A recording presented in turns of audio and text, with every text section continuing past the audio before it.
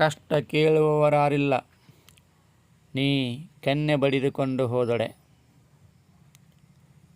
ನಷ್ಟದ ನಿಷ್ಠೆಯ ಪರಿಹಾರವೂ ಸಿಗದು ಈ ಸೋಗು ಹಾಕಿರುವ ಜನರ ಮಧ್ಯೆ.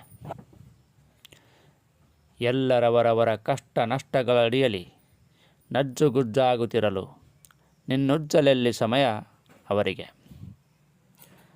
ಅಪ್ಪಿರುವ ಕಷ್ಟ ನಷ್ಟಗಳಿಗೆ ಆಲಂಗಿಸು, ಅವುಗಳಿಗೆ ನೀನಿಷ್ಟವಾಗು. ಸಹಿಷ್ಣು ಎಂದು ಸ್ಪಷ್ಟವಾಗು.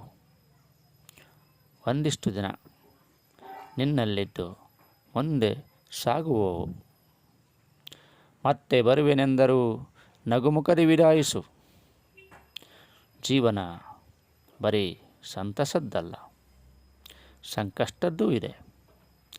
ಎರಡರ ಸಮ್ಮಿಳಿತದಲ್ಲಿ ನೀ ನಗುತ್ತ ಸಾಗಿದೊಡೆ.